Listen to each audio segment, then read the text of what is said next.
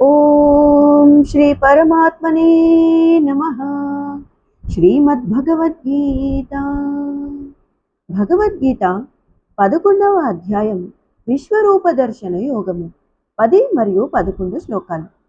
అనేక వక్త్రనయనం అనేకాద్భుత దర్శనం అనేక దివ్యాభరణం దివ్యానేకోద్యతాయుధం దివ్యమాల్యాంబరధరన్ దివ్యగంధానులేపనం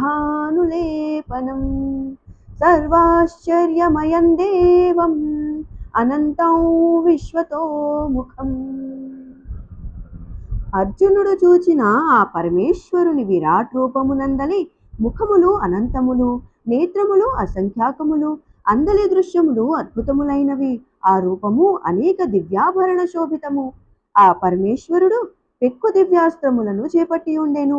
దివ్యములగు మాలలను వస్త్రములను ధరించి ఉండెను. ఆ దివ్య శరీరము నుండి దివ్య చందన పరిమళములు దశ దిశలా గుబాళించుచుండెను. ఆ రూపము సర్వాశ్చర్యకరము, అనంతము, సర్వతోముఖము. జై శ్రీకృష్ణ.